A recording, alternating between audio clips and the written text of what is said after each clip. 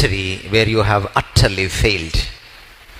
మీరు ఎక్కడైతే ఘోరంగా ఓడిపోయాడో అక్కడ మీకు సునాయాసంగా గెలుపునిచ్చేవాడు. Yes, it's possible. ఈరోజు నేను ఇలా మాట్లాడుతుంటే మీరు ఆశ్చర్యపోవచ్చు. నేను పల్లెటూరులో చదువుకున్నాను, తెలుగు మీడియంలో.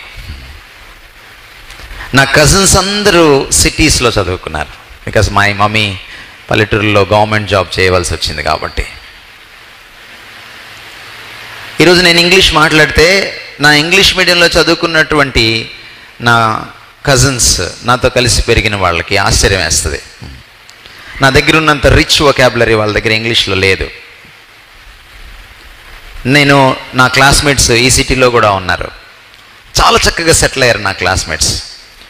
స్కూల్లో ఐ వాజ్ ఎ టాపర్. కానీ స్కూలు ఎండింగ్లో 10th క్లాస్ 6 months అయ్యేటప్పటికి, హాఫ్ ఇయర్లీ అయ్యే టైంకి మమ్మీ డాడీ ఇద్దరు ఆఫ్రికా వెళ్ళిపోయారు. నేను గార్డియన్స్తో ఉన్నాను.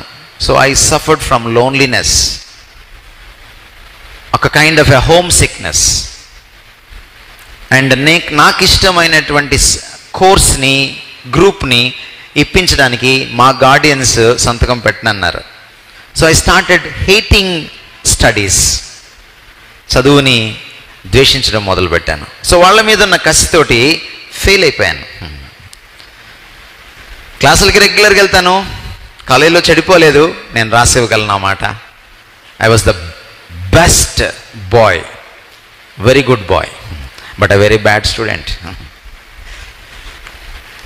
కనీసం చదువులో రాణించకపోయినా వేరే వాటిల్లో రాణించుంటే ఎంత బాగుండేది. అది కూడా లేదు, ఆ నైపుణ్యం కూడా లేదు. మంచివాడిగా ఉండి చదువులో ఫెయిల్ అయిపోయాను. మా ఇంటికి ఒక డాక్టర్ గారు వచ్చేవాళ్ళు, మా ఫ్యామిలీ ఫ్రెండ్. వాళ్ళ అమ్మాయి ఫెయిల్ అయితే ఆయన కష్టపడి ఆ అమ్మాయిని పాస్ చేయించి తర్వాత పక్క రాష్ట్రంలోకి తీసుకెళ్ళి ఎంసెట్లో ఆమెకి రాకపోతే ర్యాంక్, ఆమెను ఇంజనీరింగ్ కాలేజ్లో జాయిన్ చేశాడు. ఆమెకంటే 1 year చిన్నోడిని నేను. తర్వాత నేను ఫెయిల్ అయితే ఆయన ఏమన్నాడంటే, స్క్రూ డ్రైవర్లు ఇచ్చి పంపించేయచ్చు కదా మీ అబ్బాయిని అన్నాడు.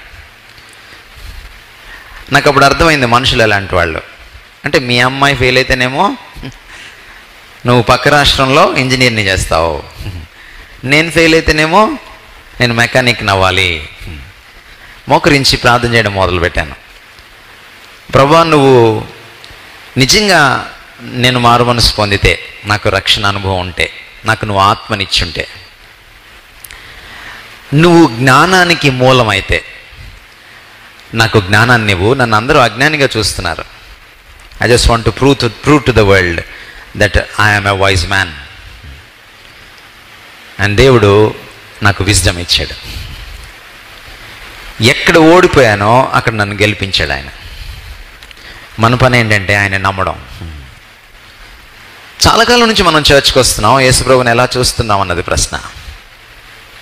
యేసుప్రభుని చూడాల్సిన స్థాయిలో చూస్తున్నామా లేదా అన్నది ప్రశ్న. పౌలు అంటాడు, I can do all things అని వదిలిపెట్టాడు పౌలు. ఈరోజు చాలామంది సెల్ఫ్ కాన్ఫిడెన్స్ గురించి మాట్లాడుతున్నారు. There is no self confidence as such.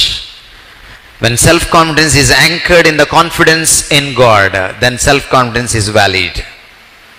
ఆత్మవిశ్వాసం ఎప్పుడు విలువైంది అవుతుందంటే, దానికి ఎప్పుడు విలువ వస్తుందంటే, దేవుని యందు మన విశ్వాసం ఎప్పుడైతే ఉంటుందో ఆ విశ్వాసంలోంచి పుట్టుకొచ్చిన ఆత్మవిశ్వాసం నిజమైన ఆత్మవిశ్వాసం.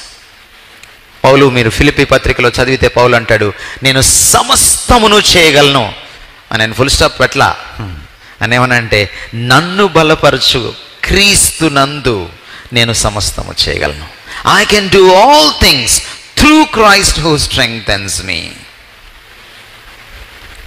యేసుప్రభుని మనం ఎలా చూస్తున్నాం, దాన్ని బట్టే నేనెవరనేది నాకు అర్థమవుతుంది. న్యూనతాభావంతో సఫర్ అయ్యేవాడిని నేను. ఎవరైనా ఇంటికి వస్తే వాళ్ళకి గుడ్ మార్నింగ్ చెప్పాలంటే నాకు కాళ్ళలోనికే. Such a timid boy I was. కానీ ఈరోజు నా 1000 మందితో నేను మాట్లాడగలను. నేను ఎస్పీలతో మాట్లాడాను, ఐఏఎస్ ఆఫీసర్స్తో మాట్లాడాను యేసుప్రభు గురించి కూడా. నక్సలైట్లతో కూర్చొని ప్రత్యక్షంగా వాదించాను బైబిల్ కరెక్ట్ అని, కార్ల్ మార్క్స్ కంటే కూడా యేసుప్రభు గొప్పవాడని. God he's given me courage. భారతదేశంలో ఉన్నటువంటి పెద్ద పెద్ద సైంటిస్టులతో కూర్చున్నాను. They could not answer my questions. I'm just an MA. బహుశా నాకు గుర్తుండి నేను పెద్దవాళ్ళతో కూర్చున్నప్పుడు కొన్నిసార్లు నాకు ఇంకా PG కూడా అవ్వలేదు. నేను ఎక్కడ ఓడిపోతానో అక్కడ నన్ను గెలిపించగలిగిన ప్రభువు నాకున్నాడు, మనకున్నాడు. మనం యేసు ప్రభువుని ఎలా చూస్తున్నాం అన్న దానిపైన మనల్ని మనం ఎలా చూసుకుంటున్నాం అన్నది ఆధారపడి ఉంటుంది. మన జీవితాన్ని ఎలా చూస్తున్నాం అనేది ఆధారపడి ఉంటుంది. అంతా బాగున్నప్పుడు ముఖం మీద చిరునవ్వు ఉండడం ఎవరికైనా సాధ్యమే. క్రైస్తవుడికి ఏముంది గొప్పతనం? నా కణితి క్యాన్సర్ మాయమైపోతే నవ్వడం ఒక హిందువు నవ్వుతాడు, ఒక ముస్లిం కూడా నవ్వుతాడు, ఒక నాస్తికుడు కూడా నవ్వుతాడు. క్రైస్తవుడికి ఏముంది గొప్పతనం? కానీ లోపల ఏమీ మాయమవ్వకుండానే జబ్బు అలాగే పెట్టుకుని సఫర్ అవుతూ కూడా బయటికి నవ్వగలిగానంటే అది ఒక క్రైస్తవుడికి అర్థం ఉంటుంది. I have got 25 years.